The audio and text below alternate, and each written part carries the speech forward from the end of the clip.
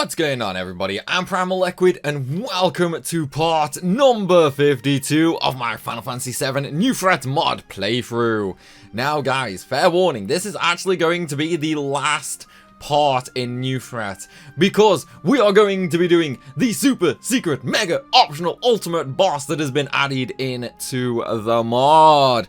So you know what, I think that deserves a like and a comment, right guys? Come on, hit that like button, you know you want to. Right, so this video is going to be sort of done in two parts basically. The first part is I'm going to tell you guys how to unlock it, and I'm going to show you how to unlock this this boss as well. And then the last part will actually be the fight against the boss itself. So first and foremost, I do need to give a big warning. If you are like me and you do not do these steps while you are playing through the mod normally, you are going to have to use a save editor like Black Chocobo to actually mod your location around the game. Now, disclaimer, when you actually mod your location, for the love of God, make sure you have some backups of your save, okay? I've literally gone and backed up my my original save on the entire first 3 slots. The first slot is the one that I'm actually going to use for, you know, these modding purposes.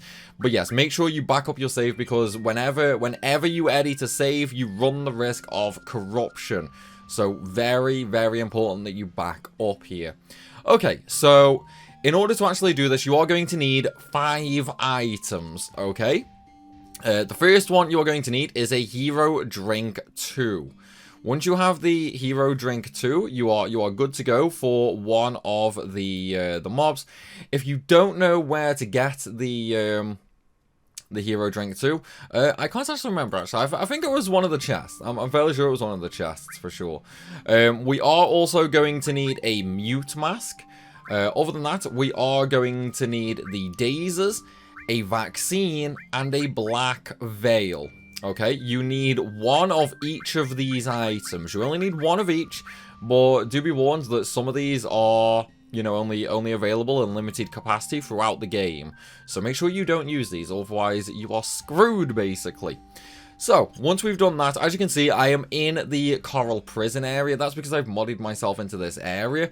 What we need to do now is we basically just need to run around, get into a fight, and hopefully we will come up against the Deathclaw. Okay? Because once we actually come up against the Deathclaw... Actually, can I even get random encounters? Yes, I can.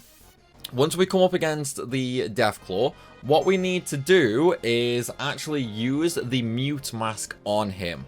And once we do that, we are going to gain a, you know, a little bit of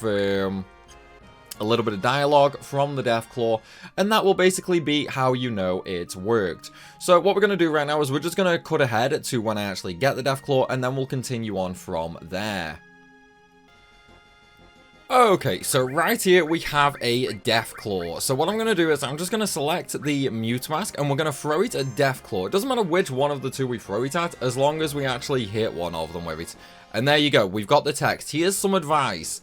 Go for the eyes. Now, once you get that bit of text, everything else does not matter. Just feel free to murder the mob, because we are good to go now that we have that. So, all we have to do now is go back to the save point, save, and we can move on to the next area. Also, if you want an easy way to encounter Deathclaws, just go to the junkyard area right here, and they are incredibly common here. So now that I've used that item on the Deathclaw, what I'm going to do is I'm going to save over my original modded save. Okay, that is the original modded save. We are going to just save there, and then what I'm going to do is I'm going to close the game, and I'm going to use Black Chocobo now. In fact, if I just change the screen over for that, wrong one, whoopsie, apologies. Okay, so as you can see right now, you know what? Let's turn the lights on so you guys can actually see me. There we go. I completely forgot my camera was on. How you doing, guys? You all good? Right, okay, so what we're going to do now is we're actually going to use Black Chocobo to change our location. Before that, though, we do need to actually just load our original save. So let's just quickly do that. So there's my modded save right here, the prison junkyard. So we're going to select that. Okay, So this is where we are. Now, there are 3 more mobs that we need to do. One of them is in the Shinra Mansion, so we don't actually need to mod for that at all. One of them is in the Cosmo Canyon Cave, so the Gi Spectre. And the other one is actually in the Whirlwind Maze, and that's the one that we're going to go for now. So what I'm going to do down here in the bottom left is I'm just going to type in there. Okay, let's just do WH, because there we go, Whirlwind Mazes. Okay, so we have a whole bunch of different Whirlwind Mazes here, so I'm just going to select this one right here. I know the picture's not that clear, you know, it's stretched, guys, it's stretched to hell. So this is location ID 703. You could also go ahead and do this one right here, which is 711. This one's the easiest one because, like, it's literally right there. But just for safety, I'm going to use this one, which puts us right at the save point anyway. So what I'm going to do is we're going to hit save location to changes. There's a little tick box up here. And then also, just for safety, I'm going to hit save like that as well. Okay, so once we've done that, we're going to go back to the game capture screen. And then we're going to reopen FF7. I know the screen is black right now. Bear with me one moment and it will be back on. Okay, so once we get to continue, as you can see right now, I'm loading the save and my location is now set to the Whirlwind Maze. From this save point here, we're just going to go over to the left and then we're actually going to run into this barrier just up here. We actually want to run into this, and no, Malik, I'll run straight through. No, never mind, we actually got hit. Nice. Okay. So now we are going to be forced into an encounter with this monster wing wind, or whatever it's called. And the item we need to use on this is actually the hero drink 2. So we're just going to select the enemy, we're going to hit him with this. And then we will get a bit more text as well from him. It almost ended here, but then out of nowhere. So now that we've had that bit of text, we can very safely just murder it. Nice little one shot from Yuffie right there. Although I am kind of like ridiculously overpowered for this kind of mob, but hey, who's complaining, right? Okay, so now that we've done the hero drink 2, I'm actually going to go back again to the save point. And once again, we are going to save, and then we're going to mod our location, basically. Now, for the next one, we're going to go to Cosmo Canyon for the Gi Spectre. So what I'm actually going to do is we're just going to cut ahead to when I'm actually in the Cosmo Cave, just to save a little bit of time so you guys aren't bored. Right, let's go! Okay, so for the Gi Spectre in Cosmo Canyon, this one is actually going to be a little bit different compared to normal. Now, if you are on the first disc, don't worry too much about this next step. You can just sort of, I don't know, skip like a minute ahead if you want to. However, I imagine the vast majority of you are like me and you are doing this, you know, like disc 2, disc 3 time, in which case the steps needed to be done are a little bit different. And this one took a very long time to figure out. This one was actually really annoying. So a big shout out to Zerx from the community. He really saved my ass here because I was looking around for hours on this one and he pulled my ass out the fire basically. So what do we need to do to get the Gi Spectre in Cosmo's Cave of the G when you are already later in the game? So as you can see right now, I've got Black Chocobo up. I've already got my my save loaded. So what we're going to do is we're going to go to settings right now and we're going to hit configure. With that, we're going to open up the editing options and then we're just going to enable show experimental test data tab right here. Now you can see that tab already here on Black Chocobo at the top near the mouse. However, it's currently grayed out and we can't access it. So simply by ticking that and then clicking apply, we now have access to the test data. So we're going to go ahead and click that. And then what we're actually going to do here is really simple. We're just going to go over to the left-hand side here where there's a little drop down and we're going to click unknown VARs or VARs, is that? Hang on, unknown VARs. No idea why it's called unknown VARs, but that's what we're going to click. So we're going to click that, and then here in the top left-hand side, you've got unknown VAR again, with a little drop-down box that says none in it, okay? Hit that and go all the way down to the bottom where it says slot. So once you hit slot, you'll have a whole bunch of stuff populate here. Okay, now this is where things get fun, because we are looking for a very specific point here. We are looking for 0D5A. Now the good news is it basically goes in number and alphabetical order, so we can actually just scroll all the way down to 0D. So there's 0D, let's see, 0D5A right there. So again, you know, if you want to, you can just go to like 0D and then 5 and then, you know, just scroll down. But yeah, there is. So 0D58. As you can see right now, I've got D2 for hex, 210 for decimal, and then bin is just a bunch. So what we actually need to do, once we find the 0D5A, we want to change the decimal unit. So double click on the decimal place there. For me, it's 210. For you, it might be different. And we're going to change this to 002. Okay, once you've done that, just hit enter, and then all you need to do is go to file, save as normal, and then you just load your game up. So I'm going to go ahead and load the game, and then we will be right back, everybody.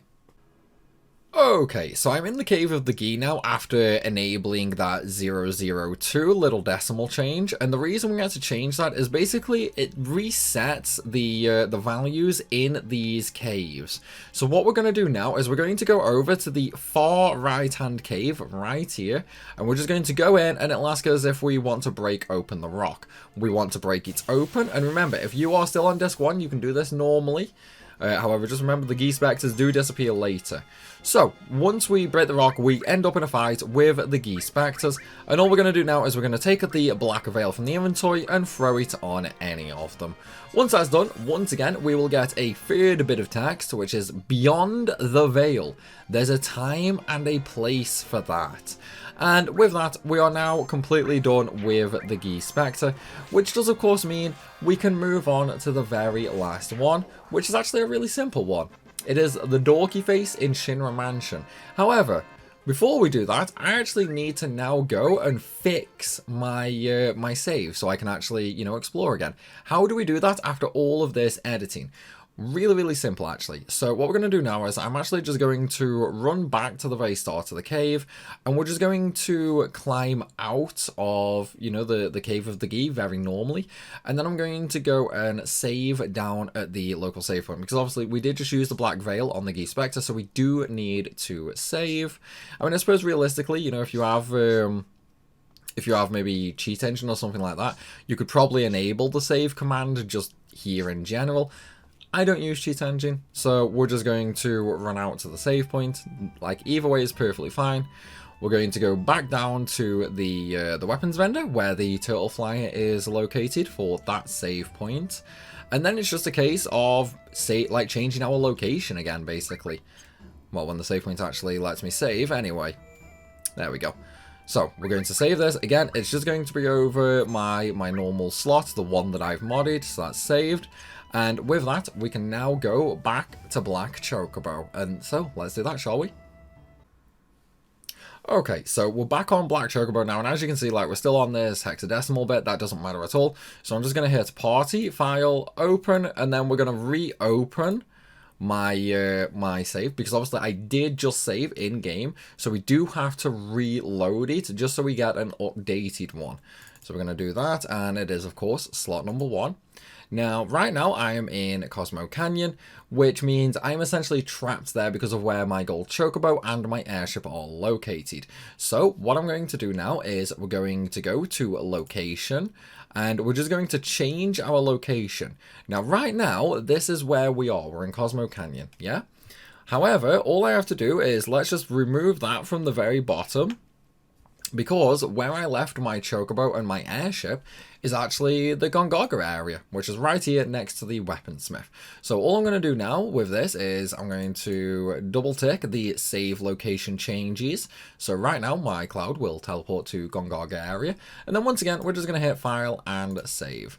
And then we can load the game up as normally. We'll be outside Cosmo Canyon right next to our airship and our chocobo. And thankfully, the last enemy we need is only in the Shinra Mansion, which is Dorky Face, so we don't really need to do any modding for that. But let's go to it, shall we? Okay, so I've now loaded the save, and as you can see, it's appeared right outside the weaponsmith, and of course my airship and my chocobo is right here. So I'm just going to jump on my chocobo, and we're just going to run across the mountains, because that's what you do with a giant yellow bird. You just run across mountains. Of course you do. Right. So we're just going to stop right outside Nibelheim, because again, I did just mention it, but Dorky Face is in the Shinra Mansion. For this one, we are actually going to need 2 items though, unfortunately. So we are going to need the vaccine item first, and then we are going to need the Dazer item. Now Dazer in the new threat mod is a very, very rare item. The only way I know of to get it is by morphing the battery cap in the woods near Rocket Town. That is the only way I know to get it, other than, like, I think you get 1 in a chest. Right, so now that we're inside the Shinra Mansion, I'm going to go back into my materia. I'm going to take enemy away off, and I'm going to put enemy lore back on, because this is just a normal encounter. So the more enemy lores we have, the better. But obviously in new threat, there is only the 1. So now it's just a case of getting into a bunch of random battles until we end up getting the Dorky Face, which thankfully isn't too rare. Unfortunately, we did not get it first time though. But that's just sod's law, you know, that's just sod's law, especially with my RNG luck. Right, you know what? Let's just cut all this out, and we'll be right back when we actually encounter the Dorky Face, shall we? Okay, so 3rd time is the charm. We have the Dorky Face right here. It is, of course, the little pumpkin enemy. Now, what I'm going to do is I'm going to use W item. We're going to use a vaccine, and we're just going to target Dorky Face A. And then we're going to use a Dazer on the same enemy. Now, W item, it should still work normally, you know, like the vaccine should still go off first and the Dazer should go off second, giving us the actual effect that we need. Let's just see, will we get the 4th load of text? We did not, unfortunately. Okay, that was kind of weird. Let's try this. Let's try this again. So, vaccine. And then Dazers. Maybe W item just doesn't work for this. We'll soon see. Come on, give me the bit of tax, please. There we go. There is a key. It's close by. Don't die. Now, that is actually in reference to the 5th thing we need to do for this actual mini-boss. Now, remember, you know, earlier on in the playthrough where I fought Ozma here. If you don't know, in fact, for the sake of it, let me just put enemy away back on and I will show you. Enemy away. Where are you? There we go. So we've done the 4 monsters now. We've used the items on them. We've had all 4 individual bits of text. There is one more thing that you need to do though. You need to come to Shinra Mansion. Yes, it is in the mansion. Go through that left doorway up here to the piano. Now, this piano requires the exact same combination of button presses as the one in Tifa's house does. Once you do that, you will get a boss battle with Ozma. Now, be warned, Ozma is not that easy. I pretty much have a video dedicated to him in the new threat playlist. Once you do beat him, however, you will get a new item. And this particular item is essentially just called question marks, which when I find it, I will show off. There it is. So right there, a point of no return. You see, in order to actually unlock this final boss, this final super secret boss, we actually need to do the 4 monster side quest, and then we need to go to a specific location and use this item. Now, be warned, this location I am currently on about, you cannot save mod yourself into. If you save mod yourself in there, unfortunately, the game just sort of craps out and it won't actually give you the fight against it. So you do still have to, you know, use your airship and go through the entire North Cave. Because yes, the final boss is in North Cave. So what I'm going to do is I'm going to go quickly get my airship. We're going to go to North Cave and we'll be right back momentarily. Okay, so once you're inside the northern crater, simply proceed through the dungeon until you actually get to the usual split where the party normally separates originally. What you want to do is you want to go down the left-hand path right here, and then with the other two doorways, you want to take the northernmost one. So there's the south one just down here, and then there's this northern one. You want to run through this way. From here, it's actually really simple. We're just going to go through a couple of the screens, and we're going to advance to specifically the location where the Ultima material was. I think it was the Ultima materia anyway that was there. But it is actually the place with the question marks located around the area. Also, make sure you use that save point to save. Trust me on this. In fact, I'm going to do that myself. Let's just quickly do that. If the save point actually wants to work. There we go. For some reason, some of these save points don't like working. Don't know why. Okay. So we've got our save. Because the next screen is pretty much going to be the one where we have the fight. And this is no easy fight, guys, okay? From what I've been reading about this fight, it is going to be absolutely brutal. When it finally lets me get over there anyway. For some reason I keep getting stuck on something.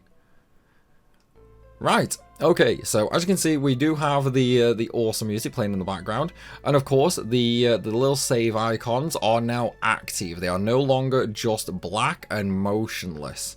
So if we hit X on them, it does say awoken. Now, what you want to do here is go into your items, go down to the question mark item and use that. Now, I will use it in just 2 seconds. However, one of the things I'm going to say, guys, is because of the Royal Ball Lake involved in actually doing the 4 monster side quest later on in a save rather than doing it as you go through the game, I'm not actually going to include the boss in this video because I am going to be turning this video into essentially just a guide on how to unlock and fight this boss. However, worry not, because I am going to upload the boss fight literally straight after this video.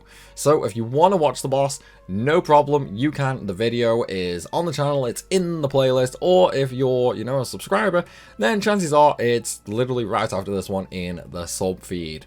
So, let's have a quick look-see at the boss, shall we, and see just how quickly he murders me, because I am absolutely not set up at all for this. And of course, we do have the little animation here. I have to admit, I do think that Sega Chief has done an amazing job with this. The level of like detail and level of work he's put into this is absolutely freaking insane, especially to design a quest like this along with a completely unique optional boss. So this is going to be insane, because FF7 literally needed a super boss, and now it has one. I mean, I guess you could say Emerald and Ruby were super bosses, but a good super boss. Right, and there we go. The boss fight is about to begin with the almighty Calamity. Let that sink in for a moment, guys. Calamity. So, of course, you guys might recognize this place. It is essentially the Whirlwind Maze with a couple of random Joes on the floor. You can't talk to any of them. To start the actual boss, so you just come up here, speak to Sephiroth's Dark Shadow, and it will then start the fight as soon as you do that. And here we go. So this, everybody, is Calamity, the super secret optional boss in New Threat. It is ridiculously difficult. As you can see, there's a lot of tentacles. He hits like a truck. He hits very, very freaking fast. And yeah, it's it's one of them, guys. It's one of them. This is why I say I'm not going to include the boss in this video, simply due to the fact I need to change basically all of my equipment and actually have a proper setup for this. But though, everybody, as I say, thank you so much for watching. I hope you've enjoyed the video, and I really hope it's helped you to unlock Calamity for yourselves. If it has, then go ahead and smash that like button and leave a comment down below. Let me know if you are excited to watch this boss fight or not. And of course, if you're new to the channel, hit that subscribe button so you don't miss any more content. As always, though, everybody, thanks for watching, and I'll see you soon.